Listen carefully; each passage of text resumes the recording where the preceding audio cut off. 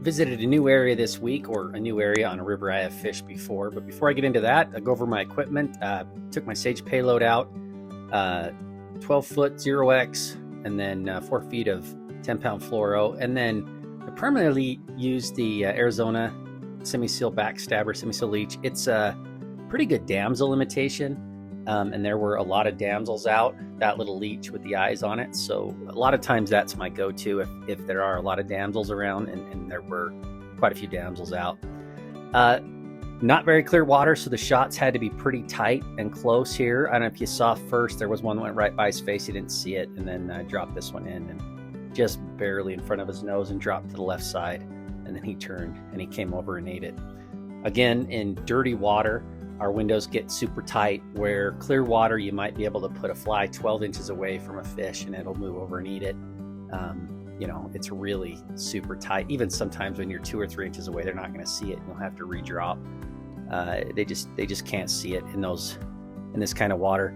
As they get off these edges, you can kind of see where the water gets a little bit clearer. If you can find them in those little areas to the sides, obviously that's better. The water settles out.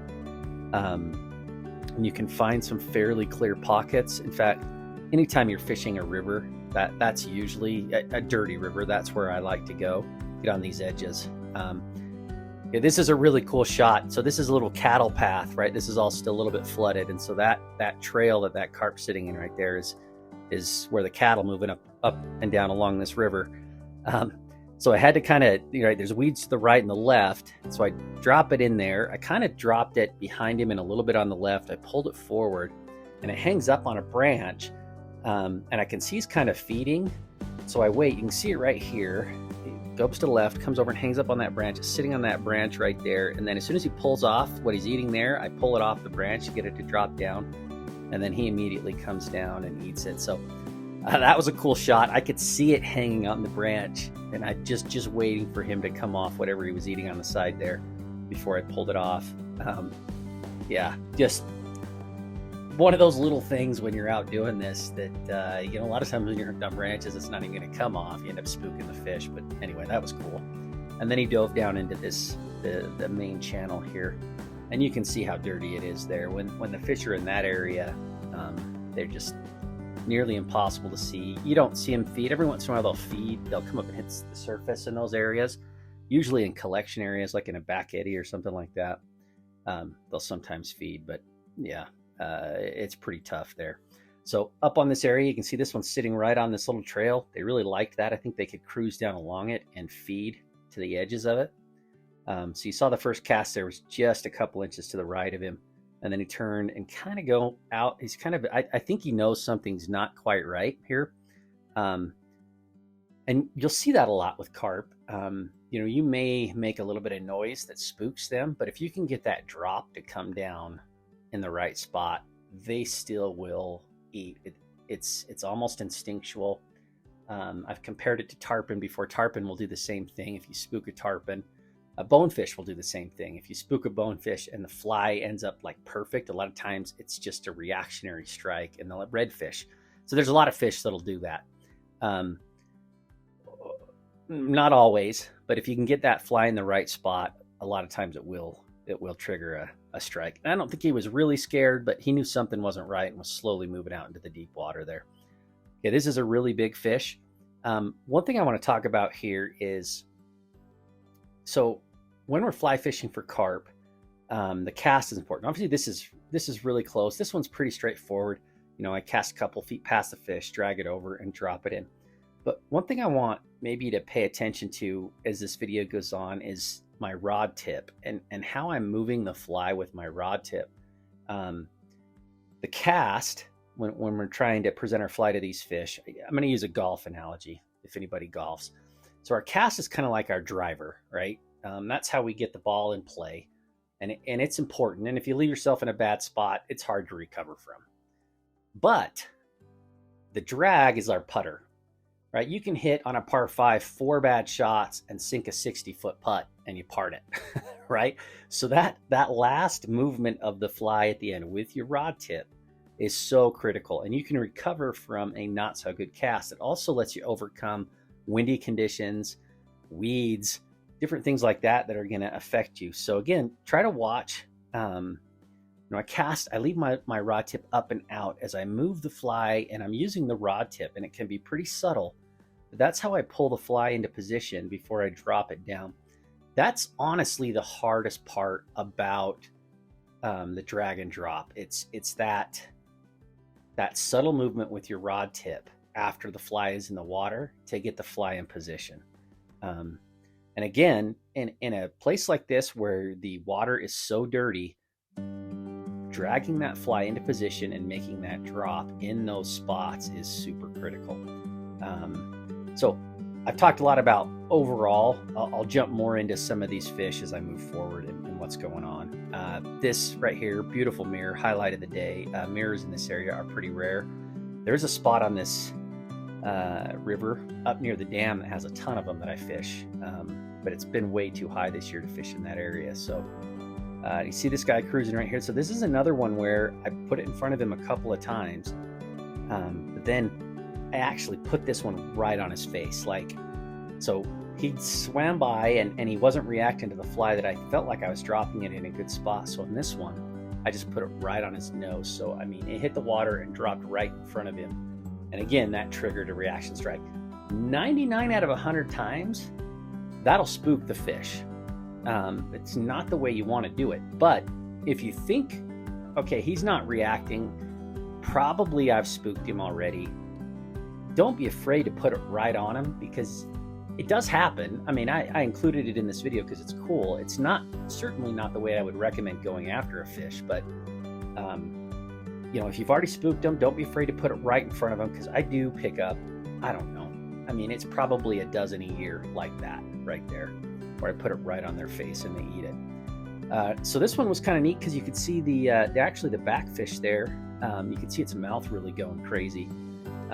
And then I drag and dropped, and it was the front one that came over and eat it. But that was the first thing I saw as it came over, was its white mouth opening and closing. That's one of the most visible things when you're out fishing for carp, is watch for those mouths. So this little side channel, the water's a little bit more clear. Again, these are the kind of areas where I like to try to find. You saw the first cast in there was pretty close, but not quite where it needed to be. And a lot of times what I'll do is I will cast as I'm pulling it. The fly's just underneath the surface. I'm pulling it. And if I see that it's not going to be where I want it, I'll kind of keep pulling it past the carp and then go into another cast. And that's what I did there a couple times until I got it exactly where I wanted it and dropped it right in front of his face. And you saw there how tight that one is. I had to bring it in super close, but just right on his face, and he ate it. I love this size of fish. Sometimes I think these are my favorite, right? That's not a very big fish, a little 3-pound fish. But these little 3-pound fish, man, they give you such a good fight. They give you everything they have. They are super athletic and just love to just put on a show. Now, don't get me wrong. I'm not going to pass up a 20-pounder to catch a little 3 to 5-pounder, but it's really, I think, the way the carp is built. So you'll catch great big giant females, 25-pound fish. Some places of the world, they're catching them up to 40 pounds. It's more the body shape. When you get the torpedo-shaped carp versus the ones with the great big belly, they're both cool, don't get me wrong. And I love the power of a 25-pound carp. But when you catch one around 20 pounds, or even down in, like I said, the 3 to 5 pound range that is more of that torpedo shape, you just get these explosive runs. I caught one, which will be on a video coming up, that I think he spent like 30 seconds out of the water. And people don't think about that with carp. They're not typically thought of as tail dancing fish, but the smaller ones will give you that kind of fight, and it's an absolute riot. So this is a cool shot here. This was one of the clearer shots of the day, right? In those little back channels where you don't see a lot of fish. Not a lot moving around in there. When you can find them, you can see how visible this was. And that was a pretty big drag, right? I cast it well past the fish. It's a pretty close shot there. So I've got 16 feet a leader. I can cast it pretty far past the fish and then use that rod tip to drag it into place, which is what I did there.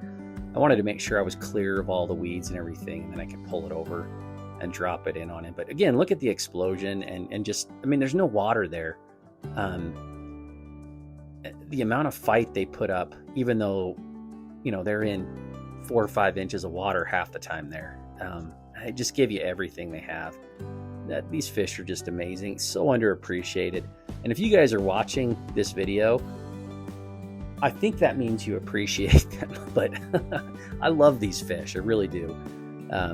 So that was another example right there of where you do the drag, you don't like where it's coming. And a lot of times in these weedy areas, you're gonna have that, right? It catches a little weed and it pulls. Well, now I'm out of position, so I keep pulling it until I get it past and then drop it. You see that one there hung up a little bit? I just kept working over there. And then the carp made, it's kind of like a backup and a bounce that you'll see in those situations where they're in digging heavy, but then you drop something right next to their face. They back up just a little bit of it, and then it's kind of a pounce. I don't know, they kind of move up and down, and what they're doing is sucking that fly in at that point, which is what that was. Another good fish here, right on the edge. See where that came in right next to his face, and he didn't eat it on that first one. So you see, even though you get that close sometimes they don't. Sometimes, you know, it's an instinct here, right? There's not a lot of movement there, but if you notice there how that it kind of went up and down just a little bit, that's that bounce I was talking about that you can sometimes see with carp. If you're looking for it in that situation, that is one of the tells. Sometimes it's really subtle. That one was very subtle, but yeah, sometimes you will see that. And then this was a really, really good fish as well. This is in the evening. Light wasn't as good, but I was able to catch a really nice fish in the evening here. Yeah, just to kind of wrap up the day. I found a couple of these next to some deeper water. A lot of times that is where you'll find the bigger fish. So that first one was on the far side of this little ridge, this cattle trail, and then this one was on the other side of that same cattle trail. You know, it's difficult to catch very many fish in the same area. And this one, I mean, I just barely saw him, got the cast out on him immediately. And then all I saw was his head tilt there a little bit. And I thought, well, that's probably a strike. And I set the hook. And yeah, another really, really good fish to kind of wrap up the day in the evening of what turned out to be a really fantastic day where I'm glad I took the 8 weight out. The 7 probably would have been pretty underpowered for some of these fish. Some of them would have been just fine for. But you know, this is a good fish too. I'm glad I had the bigger rod for this one. And then I did end up getting one more in this area, further down from where I just got that one along the same path here. And again, the light's getting really bad right here. Sometimes you just can't walk away, and this is one of those days where I was just having a hard time calling it a day. Days that are this good are pretty rare. Caught a lot of fish, a lot of weight of fish, a lot of variety of sizes, and a beautiful mirror. And yeah, it was awesome. So that's it for this week. I hope you guys enjoyed it. I'll get some more stuff coming out soon. I have some new species I'll be targeting soon. So yeah, should be some cool content. Thanks again, and we'll see you soon.